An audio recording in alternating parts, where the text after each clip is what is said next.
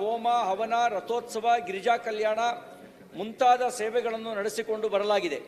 ಆದರೆ ನಂತರದ ದಿನಗಳಲ್ಲಿ ಅರಣ್ಯ ಇಲಾಖೆಯವರು ದೇವಸ್ಥಾನಕ್ಕೆ ಸೇರಿದ 6777 ಎಕರೆ ಪ್ರದೇಶ ಅರಣ್ಯ ಇಲಾಖೆಗೆ ಸೇರಿದ್ದೆಂದು ಮೈಸೂರಿನ ಮಹಾರಾಜರು ಘೋಷಿಸಿದ್ದಾರೆಂದು ಹೇಳಲಾದ ಗೆಜೆಟ್ ಅನ್ನು ನ್ಯಾಯಾಲಯಕ್ಕೆ ಸಲ್ಲಿಸಿದ್ದು, ನ್ಯಾಯಾಲಯ ಗೆಜೆಟ್ ಅನುಸಾರ ಅರಣ್ಯ ಭೂಮಿ ಎಂದು 2012ರಲ್ಲಿ ತೀರ್ಪು ನೀಡಿರುತ್ತದೆ. ನಂತರ ಉಚ್ಚ ನ್ಯಾಯಾಲಯ ಸಹ 2014ರಲ್ಲಿ ಈ ಆದೇಶವನ್ನು ಎತ್ತಿ ಹಿಡಿದಿದೆ. ಉಚ್ಚ ನ್ಯಾಯಾಲಯದ ಆದೇಶವನ್ನು ಪ್ರಶ್ನಿಸಿ ಸರ್ವೋಚ್ಚ ನ್ಯಾಯಾಲಯದಲ್ಲಿ ಮೇಲ್ಮನವಿ ಸಲ್ಲಿಸಲಾಗಿದೆ. NP ಸುಗಂಧಿನಿ ಮತ್ತು ಇತರರ ಹೆಸರಿನಲ್ಲಿರುವ ಪ್ರಕರಣ ಸಂಖ್ಯೆ SLP 28595/28595/2004 ಶ್ರೀ ಕಳಸೇಶ್ವರ ದೇವಸ್ಥಾನಕ್ಕೆ ಸೇರಿದ ಈ ಭೂಮಿಯಲ್ಲಿ ಹಲವಾರು ವರ್ಷಗಳ ಹಿಂದೆಯೇ 330 ಕುಟುಂಬಗಳಿಗೆ ಅಂದಾಜು 750 ಎಕರೆ ಜಮೀನು ಮಂಜೂರು ಮಾಡಲಾಗಿದ್ದು, ಅಂದಾಜು 650 ಕುಟುಂಬಗಳು 1900 ಎಕರೆ ಸಾಗುವಳಿ ಮಾಡಿ ಮನೆ ಮಠ ಮಾಡಿಕೊಂಡಿರುವುದು ಅಲ್ಲದೆ ಜೀವನ ಸಾಗಿಸುತ್ತಿದ್ದಾರೆ. ಈ ಜಮೀನಿನಲ್ಲಿ ಕುದುರೆಮುಖ ಸಂಸ್ಥೆಗೆ 300 ಎಕರೆ ಹಂಚಿಕೆ ಮಾಡಲಾಗಿದೆ. ಇವರೆಲ್ಲರ ಹಿತದೃಷ್ಟಿಯಿಂದ ಹಾಗೂ ಇವರನ್ನು ಒಕ್ಕಲೆಬ್ಬಿಸುವುದನ್ನು ತಡೆಯಲು ಹಿಂದಿನ ಸರ್ಕಾರದಲ್ಲಿ ಮಾನ್ಯ ಮುಖ್ಯಮಂತ್ರಿಯವರ ಅಧ್ಯಕ್ಷತೆಯಲ್ಲಿ ಹಾಗೂ ಅರಣ್ಯ ಸಚಿವರ ಅಧ್ಯಕ್ಷತೆಯಲ್ಲಿ ನಡೆದ ಸಭೆಯಲ್ಲಿ ಆದ ತೀರ್ಮಾನದಂತೆ ಅರಣ್ಯ ಮತ್ತು ಕಂದಾಯ ಇಲಾಖೆಯ ಜಂಟಿ ಸರ್ವೆ ನಡೆಸಿ ಸದರಿ ಅರಣ್ಯ ಜಮೀನಿಗೆ ಬದಲಾಗಿ ಪರ್ಯಾಯ ಜಮೀನು ನೀಡಲು ತೀರ್ಮಾನವಾಗಿದ್ದು, ಅದರಂತೆ ಜಮೀನನ್ನು ಗುರುತಿಸಲಾಗಿರುತ್ತದೆ. ಬದಲಿ ಜಮೀನು ನೀಡಲು ಒಪ್ಪಿರುವುದಾಗಿ ಸರ್ವೋಚ್ಚ ನ್ಯಾಯಾಲಯಕ್ಕೆ ತುರ್ತಾಗಿ ಸರ್ಕಾರವು ಪ್ರಮಾಣ ಪತ್ರ ಸಲ್ಲಿಸಬೇಕು. ಈ ವಿಷಯವನ್ನು ಸೂಲ್ಯ ವೇಳೆಯಲ್ಲಿ ಪ್ರಸ್ತಾಪಿಸೋದಕ್ಕೆ ಅವಕಾಶ ಕೊಟ್ಟಿದ್ದಕ್ಕೆ ಧನ್ಯವಾದಗಳು. ಮಾನ್ಯ ಸಭಾಪತಿಯವರೇ, ಸರ್ವೋಚ್ಚ ನ್ಯಾಯಾಲಯಕ್ಕೆ ಬದಲಿ ಜಮೀನನ್ನು ಕೊಡುವುದರ ಬಗ್ಗೆ ಸರ್ಕಾರದ ವತಿಯಿಂದ ಪ್ರಮಾಣ ಪತ್ರವನ್ನು ತಕ್ಷಣ ಸಲ್ಲಿಸಲಿಕ್ಕೆ ಕ್ರಮ ತಗೊಳ್ತಾರೆ. ಅವಕಾಶಕ್ಕಾಗಿ ಧನ್ಯವಾದಗಳು.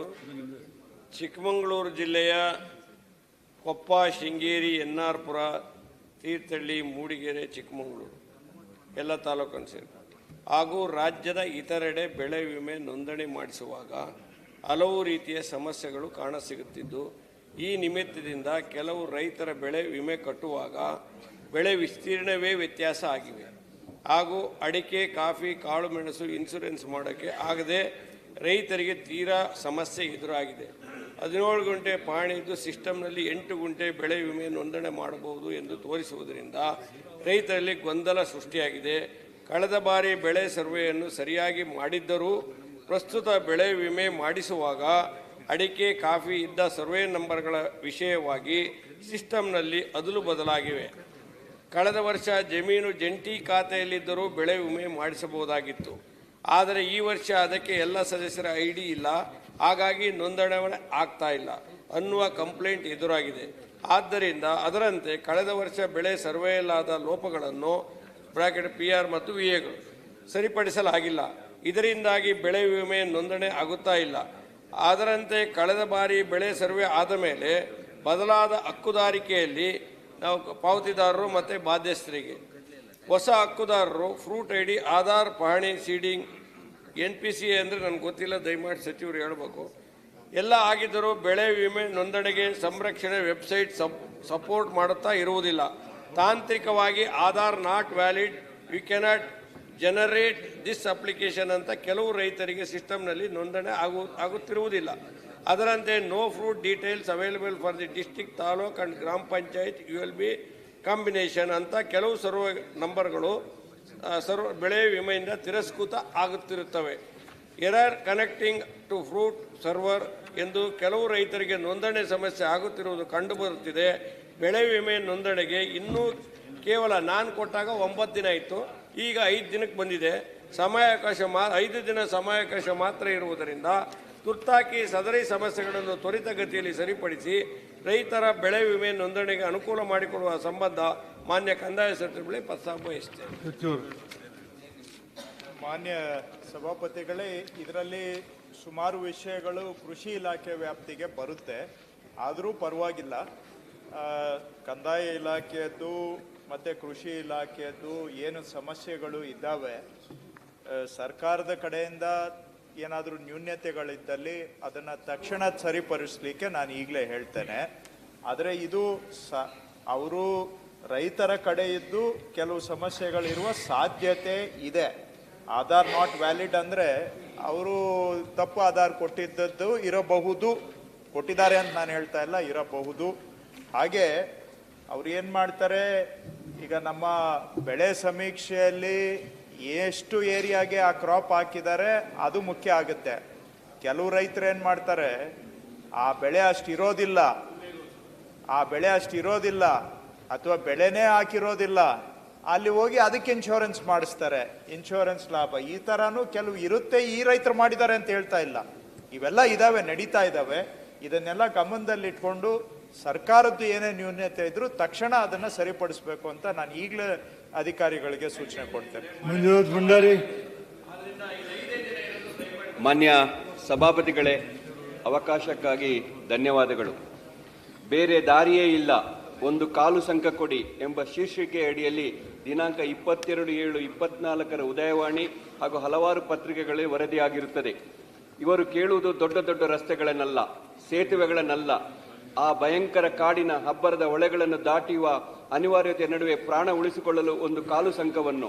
ಇಂಥ ಅಸಹಾಯಕ ಬೇಡಿಕೆಗಳಿಗೆ ಧ್ವನಿಯಾಗಬೇಕಾದ ಆಡಳಿತ ವ್ಯವಸ್ಥೆ, ಜನಪ್ರತಿನಿಧಿಗಳು, ಸ್ವಯಂ ಸೇವಕ ಸಂಘಟನೆಗಳು, ದಾನಿಗಳು, ಇನ್ನೊಬ್ಬ ಮನುಷ್ಯನ ಕಷ್ಟಕ್ಕೆ ಮರಗುವ ಮನಸ್ಸಿರುವ ಯಾರಾದರೂ ಅವರ ಬೆಂಬಲಕ್ಕೆ ನಿಲ್ಲಬೇಕಾಗಿದೆ. ಇಲ್ಲಿಯ ದೃಶ್ಯವನ್ನು ಕಲ್ಪಿಸಿಕೊಂಡರೆ ಎದೆ ಜಲ್ಲೆನ್ನುತ್ತದೆ.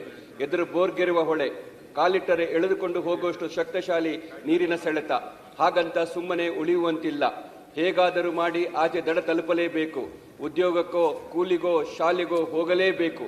ಇನ್ನು ಕೆಲವು ಕಡೆ ಕೇವಲ ಒಂದೆರಡು ಮರದ ತುಂಡುಗಳನ್ನು ಜೊತೆಯಾಗಿಸಿ ಎಳೆದು ಕಟ್ಟಿದ ಮರದ ಕಾಲು ಸಂಕ, ಅದಕ್ಕೊಂದು ಕೈ ಸಾಂಕು. ಇದ್ದರೆ ಉಂಟು, ಇಲ್ಲದಿದ್ದರೆ ಇಲ್ಲ. ಉಕ್ಕಿ ಹರಿಯುವ ಹಳ್ಳದ ಮೇಲೆ ಕಿರಿದಾದ ಮರದ ತುಂಡುಗಳ ಮೇಲೆ ಹೆಜ್ಜೆ ಇಡುತ್ತಾ ನಡೆದು ಆಚೆ ದಡ ಸೇರಬೇಕು. ಕಾಲು ಜಾರಿದರೆ, ಮರ ಮುರಿದರೆ, ನೀರು ಅಬ್ಬರಿಸಿ ಸೆಳೆಯುತ್ತಿ ಹೋದರೆ ಕತೆ ಮುಗಿದೇ ಹೋಯಿತು, ಹೆಣವೂ ಸಿಗುವುದಿಲ್ಲ. ಇದು ಕುಂದಾಪುರ, ಬೈಂದೂರು ಮತ್ತು ಕಾರ್ಕಳ ತಾಲೂಕಿನ ಪಶ್ಚಿಮ ಘಟ್ಟದ ತಪ್ಪಲಿನ 100 ಹಳ್ಳಿಗಳ ಭಯಾನಕ ಕತೆ. ಇಲ್ಲಿನ ಸಾವಿರಾರು ಕುಟುಂಬಗಳಿಗೆ ಮಳೆಗಾಲದ 3-4 ತಿಂಗಳು ಎನ್ನುವುದು ಯಮಯಾತನೆ. ಕೆಲವು ಕುಟುಂಬಗಳು ಜೂನ್ ಆರಂಭದಲ್ಲಿ ಊರು ಸೇರಿಕೊಂಡದ್ದೆಂದರೆ ಮತ್ತೆ 4 ತಿಂಗಳು ದಿಗ್ಬಂಧನವೇ. ಹೀಗಾಗಿ ಅದೆಷ್ಟೋ ಕುಟುಂಬಗಳು ಮಳೆಗಾಲಕ್ಕೆ ಬೇಕಾಗುವ ಧಾನ್ಯಗಳನ್ನು ಮೊದಲೇ ಸಂಗ್ರಹಿಸಿಟ್ಟುಕೊಳ್ಳಬೇಕಾಗುತ್ತದೆ. ಮನೆಯ ಮಕ್ಕಳಿಗೆ ಶಾಲೆ ಎಂಬುದು ಮರೀಚಿಕೆಯಾಗಿದೆ. ಕೆಲವರು ಮಕ್ಕಳನ್ನು ದೂರದ ಹಾಸ್ಟೆಲಿನಲ್ಲಿಟ್ಟರೆ, ಕೆಲವು ಮಕ್ಕಳು ಅಪಾಯಕಾರಿ ಮರದ ಕಾಲು ಸಂಕವನ್ನು ದಾಟಿಕೊಂಡು ಶಾಲೆಗೆ ಹೋಗುತ್ತಾರೆ. 2 ವರ್ಷಗಳ ಹಿಂದೆ ಬೈಂದೂರಿನ ಕಾಲ್ತೋಡು ಎಂಬಲ್ಲಿ ಅವಘಡವೊಂದು ಸಂಭವಿಸಿತ್ತು. ಶಾಲೆಯಿಂದ ಮರಳುತ್ತಿದ್ದ ಸನ್ನಿಧಿ ಎಂಬ ಬಾಲಕಿ ಕಿರಿದಾದ ಮರದ ಕಾಲು ಸಂಕದ ಮೂಲಕ ಸಾಗುವ ಹೊತ್ತಿಗೆ ನೀರಿನ ರಭಸಕ್ಕೆ ಸಿಲುಕಿ ಕೊಚ್ಚಿಕೊಂಡು ಹೋಗಿ ನೀರು ಪಾಲಾಗಿದ್ದಳು. ಆದ್ದರಿಂದ ಇಲ್ಲಿಯ ಜನರ ಹಿತದೃಷ್ಟಿಯಿಂದ ಈ ಭಾಗದಲ್ಲಿ ಸರ್ವೆ ನಡೆಸಿ ಅಗತ್ಯ ಇರುವ ಕಡೆ ಕಾಲು ಸಂಕಗಳನ್ನು ನಿರ್ವಹಿಸಿಕೊಡಬೇಕಾಗಿ ಮಾನ್ಯ ಲೋಕೋಪಯೋಗಿ ಇಲಾಖೆ ಮಂತ್ರಿಗಳನ್ನು ಶೂನ್ಯ ವೇಳೆಯಲ್ಲಿ ಒತ್ತಾಯಿಸುತ್ತಿದ್ದೇನೆ. ಸನ್ಮಾನ್ಯ ಸಭಾಪತಿಗಳೇ, ಮಾನ್ಯ ಸದಸ್ಯರಾದ ಮಂಜುನಾಥ್ ಭಂಡಾರಿ ಅವರು ಒಳ್ಳೆಯ ವಿಷಯವನ್ನು ಪ್ರಸ್ತಾಪ ಮಾಡಿದ್ದಾರೆ. ಈಗಾಗಲೇ ನಮ್ಮ ಸರ್ಕಾರ ಬಂದ ಮೇಲೆ ಕಳೆದ ಸಾರಿನ 100 ಕಾಲು ಸಂಕಗಳನ್ನು ಈ 12 ಜಿಲ್ಲೆಗಳಲ್ಲಿ ಈಗಾಗಲೇ ಮಂಜೂರು ಮಾಡಿದೆ. ಕೆಲವು ಈಗಾಗಲೇ ನಿರ್ಮಾಣಗೊಂಡಿದೆ, ಇನ್ನು ಕೆಲವು ನಿರ್ಮಾಣಗೊಳ್ಳಬೇಕಾಗಿದೆ. ಈ ಸಾರಿ ಸುಮಾರು 200 ಮಂಜೂರಾತಿ ಮಾಡಲಿಕ್ಕೆ ಆದೇಶ ಮಾಡಿದೆ. 200 12 ಜಿಲ್ಲೆಯಲ್ಲಿ. ಇದು ವಿಶೇಷವಾಗಿ ನನ್ನ ಕನಸಿನ ಯೋಜನೆ ಆಗಿದೆ ಸಭಾಪತಿಗಳೇ. ಇದು ಭಾಳ ಅವಶ್ಯಕತೆ ಇದೆ ಮತ್ತು ಭಾಳ ಕಡಿಮೆ ಖರ್ಚಲ್ಲಿ ಆಗ್ತಿದೆ. ಏನು ಭಾಳ ದೊಡ್ಡ 10 ಲಕ್ಷ ಇದೆ, 15, 25 ಲಕ್ಷದಲ್ಲಿ ಆಗ್ತದೆ. ಇದು ನಮ್ಮ ಇಲಾಖೆ, ನಮ್ಮ ಸರ್ಕಾರ ಇದನ್ನು ಭಾಳ ಪ್ರಿಯಾರಿಟಿ ಮೇಲೆ ತೆಗೆದುಕೊಳ್ತದೆ. ಕಳೆದ ಸಾರಿ 100 ಮಾಡಿದ್ದೇವೆ, ಈ ಸಾರಿ 200 ಮಾಡ್ತಿದ್ದೇವೆ. ಮುಂದಿನ ವರ್ಷ ಇನ್ನೂ ಜಾಸ್ತಿ ಮಾಡಿ ಆದಷ್ಟು ಬೇಗ ಎಲ್ಲ ಕಾಲು ಸಂಕಲನ ಕೊಡುವಂಥ ಪ್ರಯತ್ನವನ್ನು ನಮ್ಮ ಇಲಾಖೆ ಮಾಡ್ತೇನೆ ಅನ್ನೋ ಮಾತನ್ನು ಸನ್ಮಾನ್ಯ ಸದಸ್ಯರಿಗೆ ಭರವಸೆಯನ್ನು ನೀಡಲಿಕ್ಕೆ ಇಚ್ಛೆ ವ್ಯಕ್ತ ಮಾಡ್ತೀನಿ. ಅಧ್ಯಕ್ಷರೇ,